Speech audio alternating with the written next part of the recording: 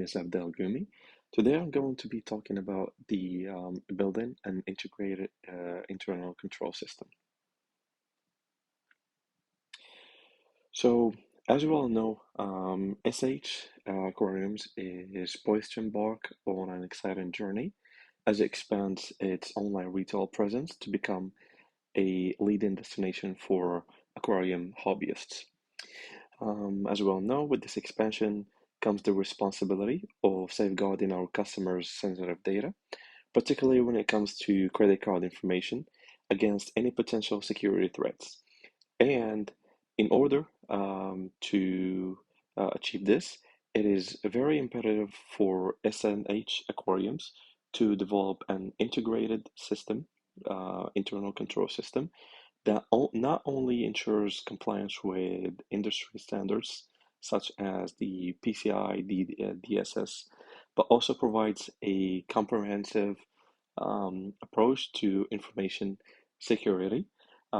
This report is going to outline our plan for building such a system, and it will discuss the key controls that we recommend when it comes to implementing the domains of a typical IAE instructor across the 7 domains.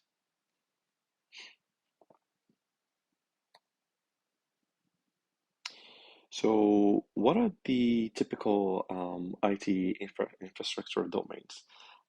First, it would be the user domain. This domain involves the people who interact with the company's IT systems and data, including the employees, customers, and partners. That also leads us to the controls that should be implemented. For example, the user and training and awareness program, which is basically involves implementing regular training sessions for employees to educate them about information security best practices and compliance requirements. The second control, it would be the role-based access control, which basically defines and enforces the access rights based on job roles to ensure that employees have access only to the data that is necessary for their duties. I would say the rationale for this and how it first relates to the CO SO. This would basically support the CO SO principle of establishing clear objectives by ensuring the employees understand their roles and responsibilities regarding information security. This also relates to the PCI DSS by addressing the requirements to restrict access to cardholder data by the business need to know by controlling access based on the job roles. Next, we go to the next domain, which would be the system application domain. This domain encompasses the hardware, software, and applications used within the company's IT infrastructure. The controls for this domain's first one, it would be the encryption of cardholder data, which is basically done by implementing encryption mechanisms to protect credit card information, both in transit and at rest. The second control would be the patch management process, which is establishing a process for regularly applying security patches and updates to all systems and applications.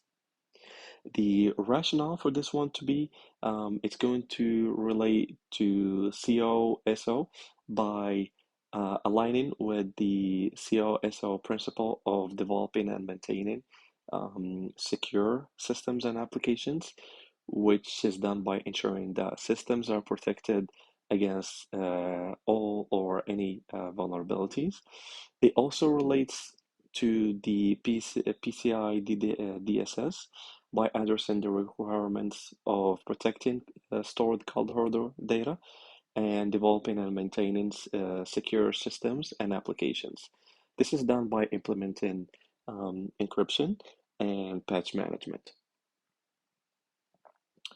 The next domain that we're going to talk about is the network domain, which covers the network infrastructure used to transmit data between devices and systems.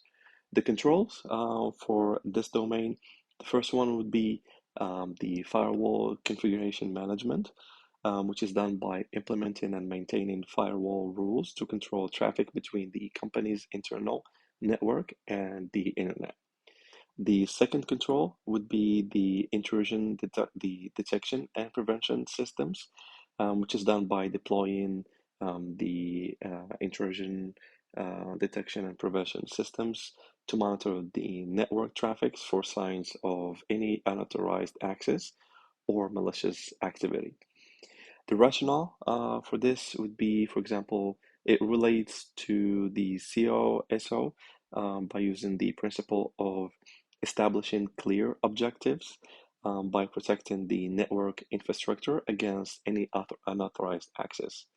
It also relates to the PCI DSS by addressing the requirement of installing and maintaining a firewall configuration and regularly monitors and tests network security by implementing firewall rules and the intrusion detection and prevention systems.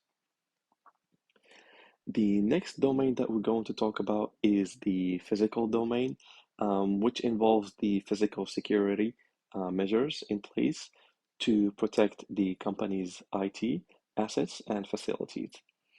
The controls for this one, the first one would be the access control systems, which is done by implementing access control systems such as badge readers or biometric scanners to restrict the physical access to sensitive data. The second control would be video surveillance.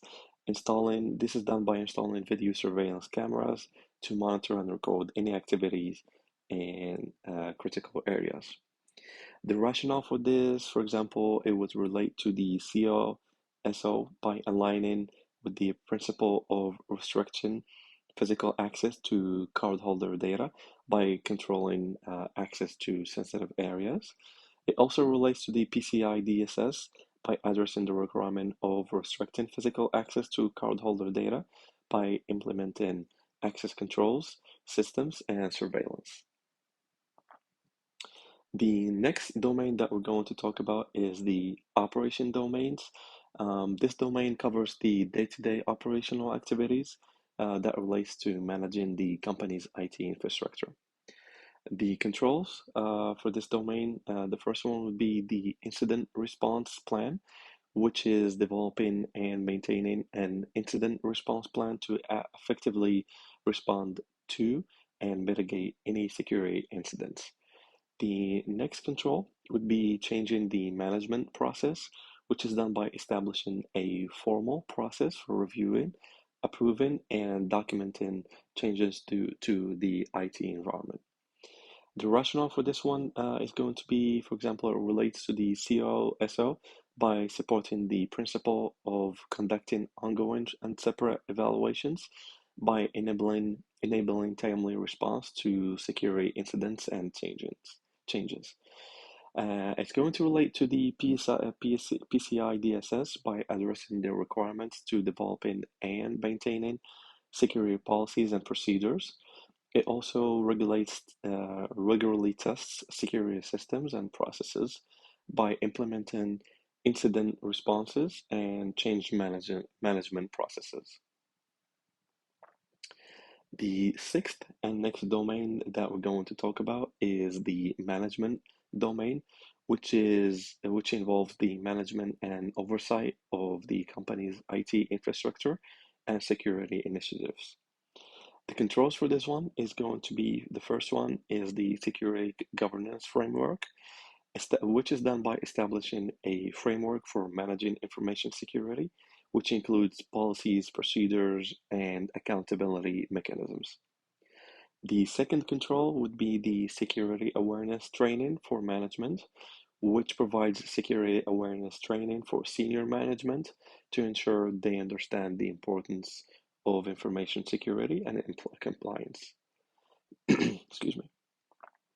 The rationale for this one is going to relate to the COSO by aligning with the principle of demonstrating independence and exercising oversight responsibility, which is done by providing management with tools and knowledge needed to oversee any information security.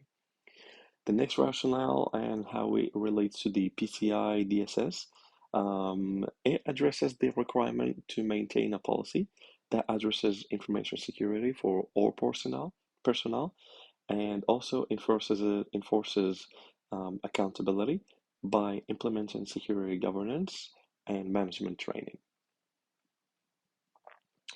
The last domain that would like to talk about is the compliance domain, which involves ensuring that the company complies with relevant laws, regulations, and industry standards. The controls for this domain, the first one is going to be compliance and monitoring and reporting, which is done by implementing processes for monitoring compliance with applicable laws, regulations, and standards, and for reporting compliance status to the relevant stakeholders.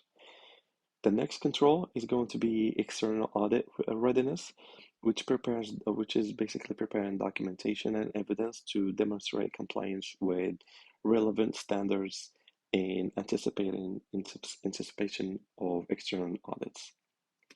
The rationale for this one and how it relates to the COSO is done by supporting the principle of evaluating and communicating deficiencies by enabling the company to identify and addresses compliance gaps.